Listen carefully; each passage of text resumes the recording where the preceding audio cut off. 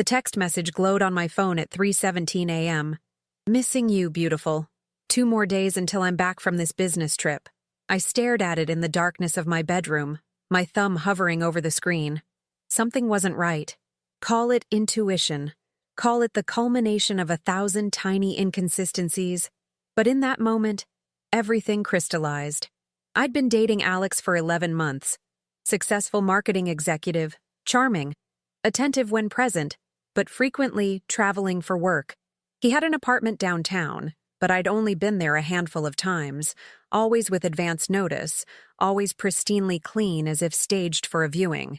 I can come visit you on your business trip, I'd suggested once. His response came too quickly. The schedule's packed, honey. Meetings back to back. Wouldn't even see each other. Even his social media existed in carefully curated fragments. No location tags, limited friends, photos that revealed nothing about his real life. That night, as the 3 a.m. text mocked me, I finally allowed myself to acknowledge what my heart had been trying to tell my brain for months. I was the secret, not the priority. I didn't respond to his message. Instead, I opened my laptop and did what I should have done months ago. I searched property records in Oakwood Heights, the suburban town he occasionally mentioned as his hometown. 3 properties under Alexander Thornhill. 2 were commercial. 1 was residential. A quick search of that address revealed utility bills registered jointly to Alexander and Catherine Thornhill. My stomach lurched. I ran to the bathroom, dry heaving over the toilet. When nothing came up but bitter bile, I splashed cold water on my face and stared at my reflection. The woman looking back at me seemed so naive, so willfully blind. You know what you have to do, I whispered to myself. I didn't sleep that night. Instead, I meticulously pieced together his schedule based on text messages, call logs, and social media posts. The pattern was clear. Every other weekend, he was traveling or at conferences. Those weren't business trips. He was going home to his wife. And according to his latest message, he'd be home tomorrow evening. Not at his downtown apartment. At his actual home, with her. 2 can play this game of surprise visits, I muttered, booking a train ticket to Oakwood Heights. Morning came with a strange calm. I called in sick to work, packed an overnight bag, and gathered a folder of random documents from my desk. A prop for my impromptu performance. On the train, I rehearsed various scenarios in my head. What if she answered the door? What if he did? What if they had children? The thought made me physically ill, but I kept coming back to one certainty. I deserved to know the truth, and so did she. The suburban neighborhood looked exactly as I'd imagined it would. Manicured lawns, 2-car garages, a basketball hoop in one driveway. His house, their house, was a handsome colonial with blue shutters and potted plants flanking the front door. I stood on the sidewalk, my heart hammering against my ribs. For a moment, I considered turning around, pretending I never discovered the truth. But that moment passed, replaced by a steely resolve that straightened my spine and lifted my chin. It ends today, I promised myself as I walked up the path to their front door.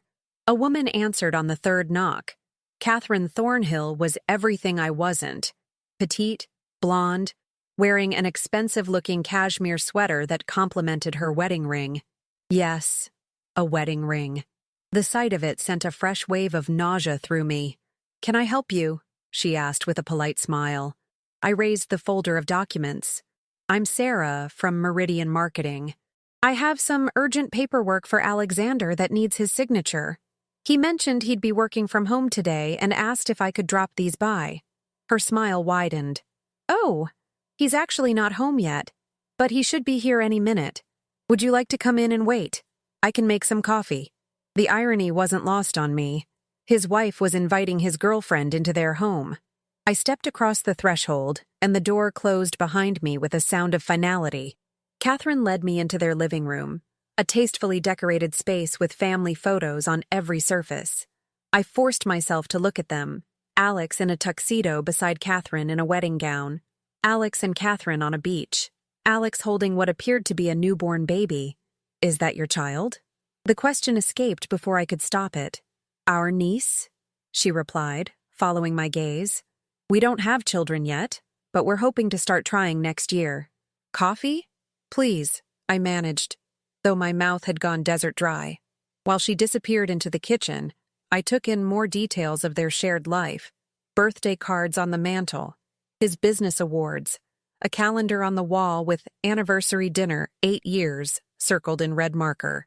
8 years. He'd been married for 8 years, while I'd been thinking we might move in together soon. Catherine returned with 2 mugs of coffee. So, you work with Alex? I don't think he's mentioned you before. I'm relatively new, I lied. Started a few months ago. He loves that company, she said warmly, though the travel can be exhausting. He just got back from Chicago last night. Chicago. I'd had dinner with him in the city 3 nights ago, before he claimed to be flying to San Francisco for meetings. The lies were multiplying, fracturing like ice beneath my feet. Yes, he mentioned Chicago was productive, I said, my voice sounding strange to my own ears. She smiled. He seemed tired when he called last night. Said he couldn't wait to spend the weekend relaxing at home. Home. With her. While I waited in my apartment, believing I was someone special to him. How long have you been married? I asked, unable to help myself. If she found the question odd from a supposed colleague, she didn't show it. 8 years in May. We met in college but didn't start dating until after graduation. It was worth the wait, though. She took a sip of her coffee. What about you? Married? Dating anyone? The question hit like a physical blow. I was seeing someone. Turns out he wasn't who I thought he was. I'm sorry to hear that, she replied with genuine sympathy, completely unaware that we were talking about the same man. The sound of a car pulling into the driveway interrupted our conversation. My heart began racing so fast I feared I might pass out. This was it. The moment everything would change. Catherine stood. That must be Alex now. I heard the garage door, then footsteps, keys jingling. And then he was there, standing in the doorway to the living room, briefcase in hand, looking exactly as he always did, except for the absolute horror that washed over his face when he saw me sitting on his couch, coffee mug in hand, chatting with his wife. Alex, Catherine moved toward him. Your colleague Sarah brought some documents that need your signature. He remained frozen, mouth slightly open, color draining from his face. Alex? She repeated, confusion creeping into her voice.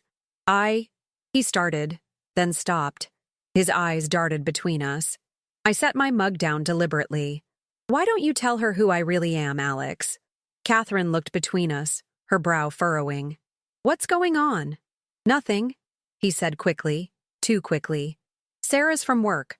Like you said. That's not my name, I said quietly. And I don't work with you. The tension in the room became unbearable. Catherine took a step back, her eyes narrowing. Alex, what's happening right now? He set his briefcase down with shaking hands. Kate, can I talk to you in the kitchen, please? No. I stood up. No more private conversations. No more secrets. No more lies. I turned to Catherine.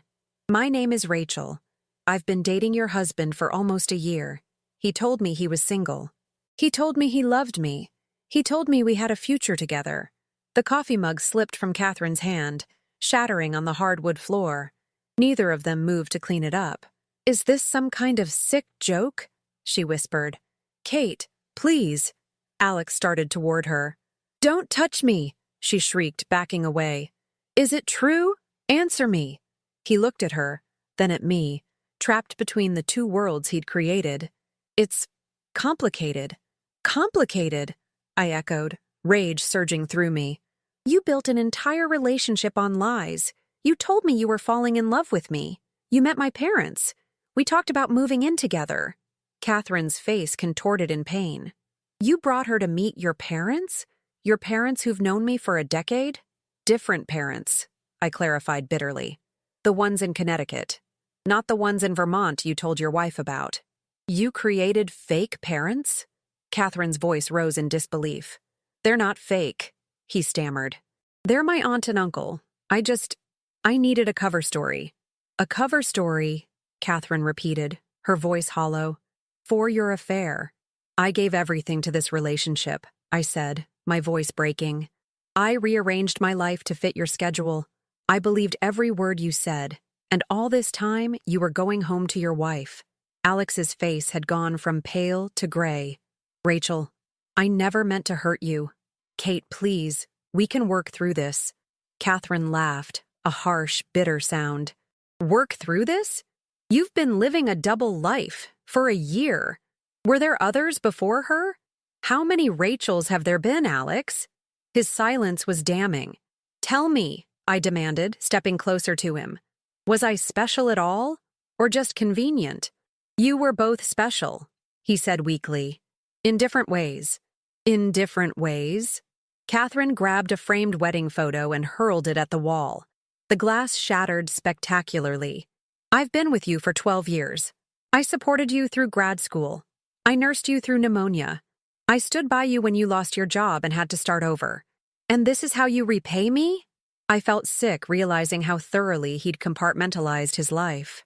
He told me he was an only child, that his parents lived in Connecticut, that he'd never been in a serious relationship because he was focused on his career. And he told me he was working late, going on business trips, building our future. Catherine's voice broke on the last word. We stood there, two women united in betrayal, looking at the man who had methodically, deliberately deceived us both. I gave everything to you, I whispered, the fight draining out of me. And you were never mine to have. I didn't plan what happened next. In the movies, this would be where I'd storm out, or where Catherine and I would join forces to humiliate him. But real life isn't that scripted. Instead, I just stood there, watching as Catherine paced the living room, alternating between screaming questions and collapsing into sobs. Alex kept trying to touch her, to calm her down. Kate, please. Let me explain. Explain what? She snarled, twisting away from him. How you've been sleeping with her while I've been researching fertility treatments? How you've been telling her you love her while telling me you can't wait to start a family? His eyes widened. Fertility treatments? You said we were going to wait, and you said you wanted children, she screamed. Was that a lie too? I watched their marriage imploding in real time, feeling strangely detached. I should leave, I thought. This isn't my battle anymore. But something kept me rooted to the spot, a need to see it through, to witness the full unraveling of his deception. Rachel, Alex turned to me, desperation in his eyes. I know I hurt you. I know what I did was wrong. But you have to believe that what we had was real. Don't talk to her, Catherine snapped. Don't you dare try to manage this situation. But I was curious. What exactly was real, Alex? The future you promised me? The house we looked at online?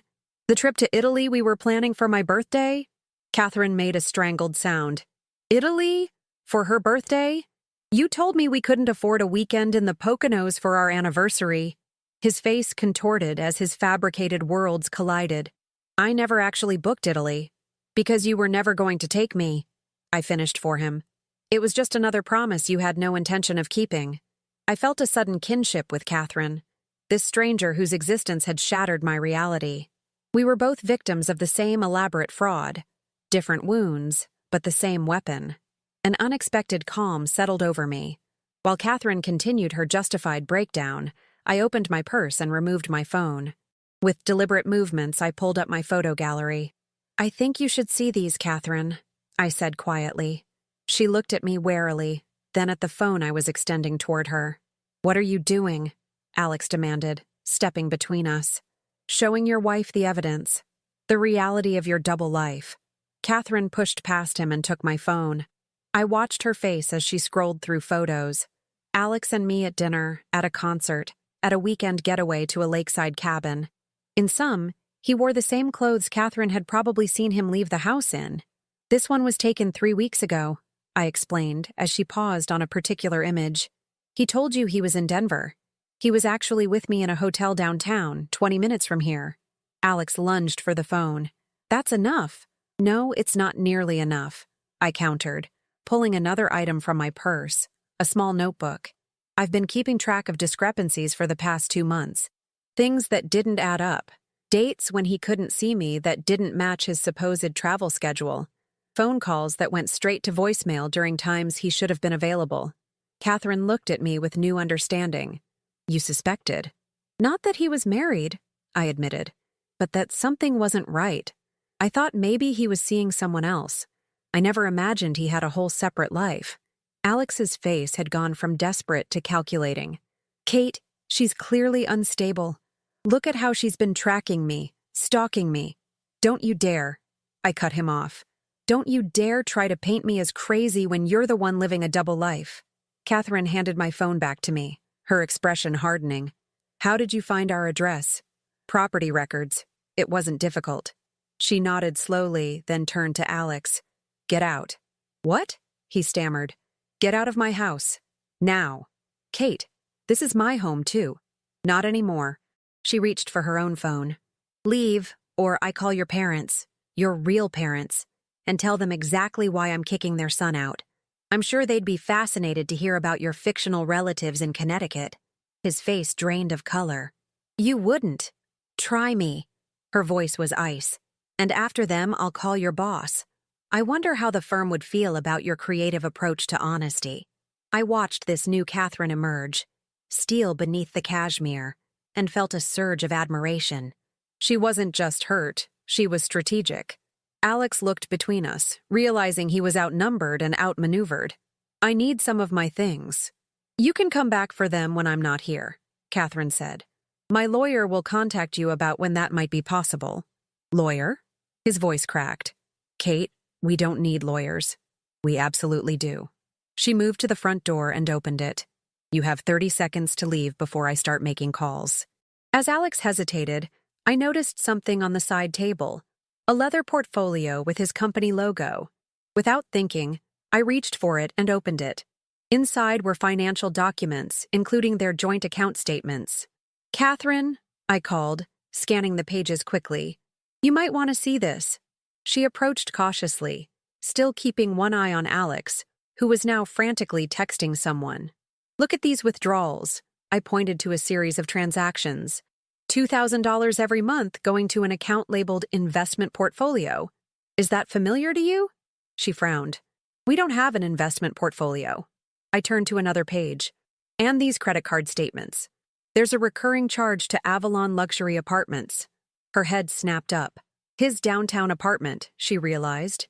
He told me it was a company expense. The apartment where he took me, I confirmed. He's been using your joint funds to finance his second life. Catherine's expression transformed from hurt to fury. You've been stealing from our savings? For what? Your little love nest? Alex lunged for the portfolio. That's private financial information. Nothing is private anymore, Alex, Catherine snapped, grabbing her phone. Not your affair, not your apartment, and certainly not what you've done with our money. She began taking photos of the statements. What are you doing? He demanded. Documenting everything before you can destroy it, she replied calmly. For my lawyer. I watched her methodical approach with growing respect.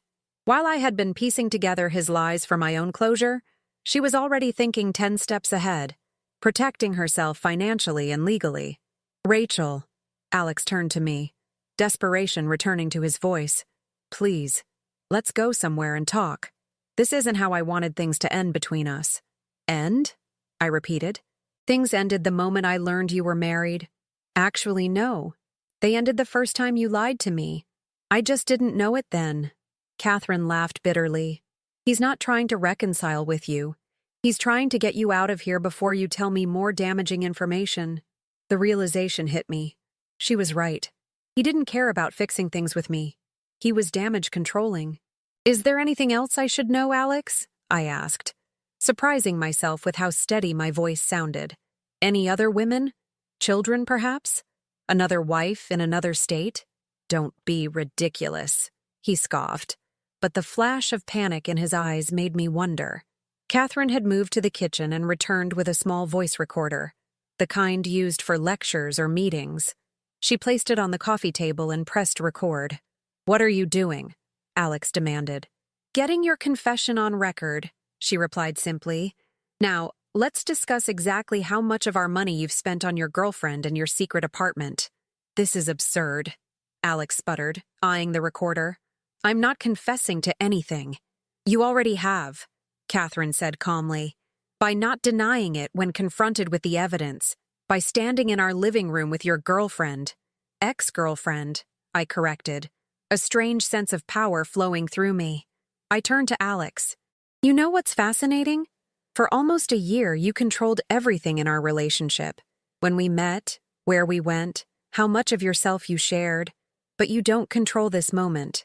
We do. His expression darkened. Rachel, I understand you're upset. Upset? I laughed. That's what you call this? I'm not upset, Alex. I'm awake. Finally, completely awake. Catherine circled him like a prosecutor in a courtroom. Let's talk numbers. The apartment costs how much per month? I'm not doing this, he insisted. $3,000, I supplied. Plus utilities. He told me it was a great deal for the neighborhood. Catherine's eyebrows shot up. $3,000? That's $36,000 a year from our joint accounts, Alex. I earn that money, he snapped. We earn that money, she corrected. And according to our prenup, misappropriation of marital assets is grounds for— Don't say it, he warned. Financial penalties in case of divorce, she finished, her voice gaining strength with each word. I watched the color drain from his face. Prenup? You have a prenup? Catherine smiled thinly. My parents insisted. Alex signed it willingly. There's a specific clause about financial infidelity. Hiding assets, secret accounts, unauthorized spending. The apartment was for work, he tried. Your company provides housing when needed, she countered. I know because I proofread the employee benefits package when you started. Remember? I couldn't help but admire her thoroughness. While I had been gathering emotional evidence, Catherine had been connecting legal and financial dots. And let's not forget the other expenses, she continued, turning to me. Dinners, hotels, gifts? I nodded. The weekend at the lake house was over $2,000. He said it was his treat. With our money, Catherine clarified. Alex's phone buzzed again. He glanced at it anxiously. Expecting someone? I asked. None of your business, he muttered. Everything is our business now, Catherine said. Who are you texting so frantically? When he didn't answer, I had a sudden intuition. Is there someone else? Someone besides us? His expression confirmed my suspicion before he could deny it. Oh my God, Catherine whispered. There is, isn't there? A third woman. It's not like that, he insisted. Then what is it like? I demanded. Explain it to us. Before he could answer, headlights swept across the living room window as a car pulled into the driveway. Who's that? Catherine moved to the window, then turned back to Alex, her expression incredulous. You called Brittany, your assistant? His silence was confirmation enough. The assistant, I repeated, pieces clicking into place. The one who always took your messages when I couldn't reach you directly. The one who knew your schedule better than anyone. We all watched through the window as a petite brunette emerged from a sporty red convertible and approached the house. Catherine reached the front door before she could knock. Brittany, she greeted coldly. What a surprise. The younger woman froze on the doorstep, her rehearsed smile faltering as she took in Catherine's tear-stained face. Mrs. Thornhill, Alex asked me to bring some documents. Save it. Catherine stepped aside. Come in. You're just in time for the unveiling. Confusion clouded Brittany's features as she entered and saw me standing there. I'm sorry, who is— I'm Rachel, I supplied. Alex's girlfriend of 11 months. Brittany's eyes widened. But that's not possible. Alex and I have been— The words hung in the air, completing themselves. Let me guess. Catherine's voice was deadly quiet. About 6 months?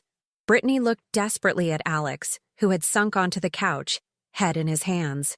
I think, I said slowly, we've all been played. The next hour unfolded like a surreal therapy session, with 3 women comparing timelines, text messages, and lies.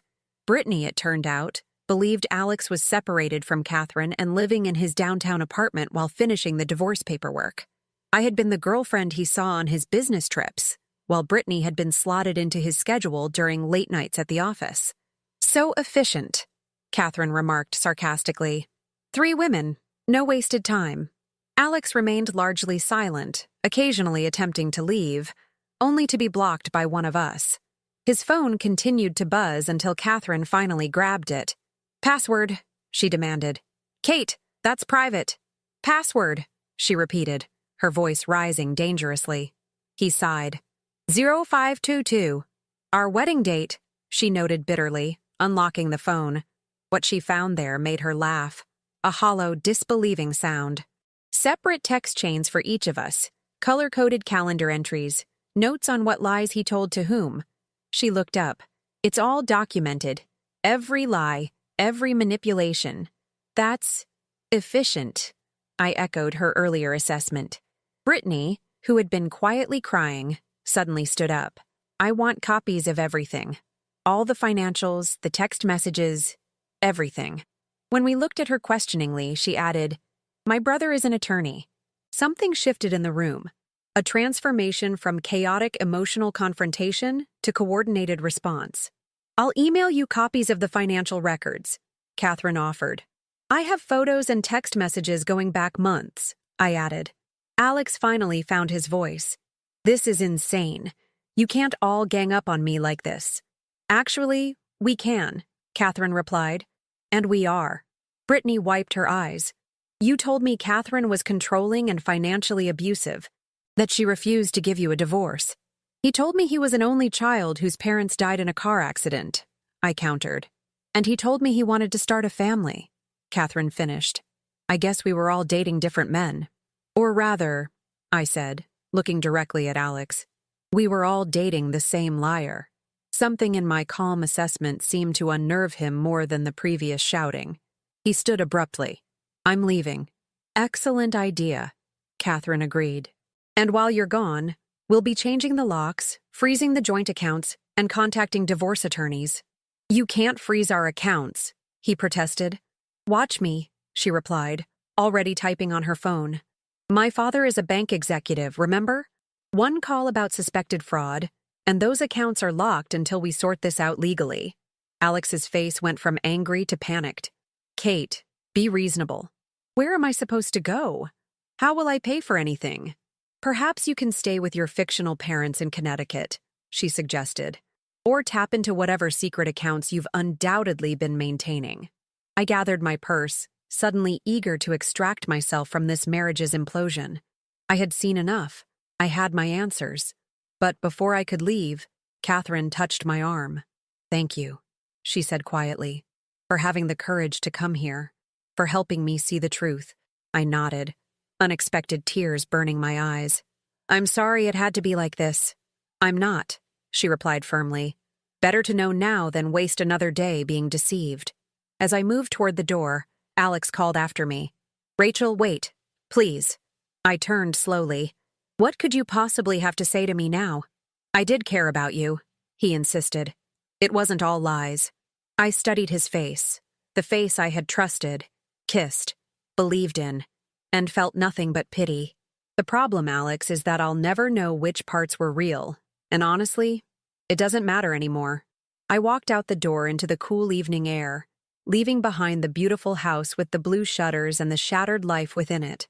Behind me, I heard Catherine's clear voice. "Now, about those joint credit cards." As I reached the sidewalk, Brittany hurried after me. "Wait," she called. "Can I give you a ride somewhere? It's getting dark." I hesitated, then nodded. Train station would be great. As we drove away, neither of us looked back at the house where the man we thought we knew was facing the consequences of his elaborately constructed deception. 6 months passed before I heard from Catherine again. The email arrived on a Tuesday morning. Subject line: "Update, if you want it." I stared at it for several minutes before opening it. In the month since that confrontation in her living room, I'd methodically excised Alex from my life, deleted photos, returned gifts, changed my running routes to avoid places we'd frequented together. The wound had scabbed over, though it still ached when pressed. "Dear Rachel," the email began, "I debated whether to contact you, but ultimately felt you deserved to know how things turned out. The divorce was finalized last week." She went on to explain that the financial evidence we'd gathered that day had proven decisive. Alex had been maintaining not just the apartment, but a separate savings account where he'd diverted nearly $100,000 of their joint funds over the years. The prenup's infidelity clause had been triggered, both for his romantic betrayals and his financial ones. He didn't contest it in the end, she wrote. His lawyer advised against it, given the mountain of evidence. Brittany's testimony was particularly damaging. She had saved every text where he disparaged me and our marriage. I felt a strange sense of closure reading her clinical account of the divorce proceedings. No dramatic courtroom scenes, just the methodical unwinding of legally bound lives. As for his professional life, Catherine continued, his firm placed him on leave when rumors of his personal conduct began circulating. Apparently, you weren't the only one who received after-hours calls from his assistant. He eventually resigned and took a position with a smaller company in another state. I wondered briefly if he was starting fresh with a new identity, new lies, new women to deceive. But that wasn't my concern anymore. The final paragraph of Catherine's email surprised me. Brittany and I still meet for coffee occasionally. She's back in school, studying forensic accounting of all things. Says she wants to help people who've been financially deceived. As for me, I'm selling the house and moving downtown. New beginnings. She closed with an invitation. If you're ever inclined, I'd be happy to buy you a coffee. Not as Alex's ex-wife and ex-girlfriend, but as two women who helped each other see the truth. I sat with that email for days before responding with a simple, "Coffee sounds good. New beginnings deserve to be celebrated." 3 weeks later, we met at a rooftop cafe overlooking the city. Catherine looked different, her hair shorter, her smile more genuine, a lightness about her that hadn't been present during our first meeting. "So," she said after we'd exchanged pleasantries, "how are you really doing?" "Better than I expected," I admitted. The first few months were rough. I questioned everything: my judgment, my worth, my ability to recognize truth from fiction. She nodded in understanding. The gaslighting aftermath. I spent weeks going through old photos, old conversations, trying to pinpoint when the lies began. "Did you ever figure it out?" "No," she sighed. And eventually I realized it didn't matter. The problem wasn't when he started lying. The problem was who he fundamentally was. We sipped our coffee in companionable silence, two strangers connected by an unusual shared experience. "I got a promotion," I offered.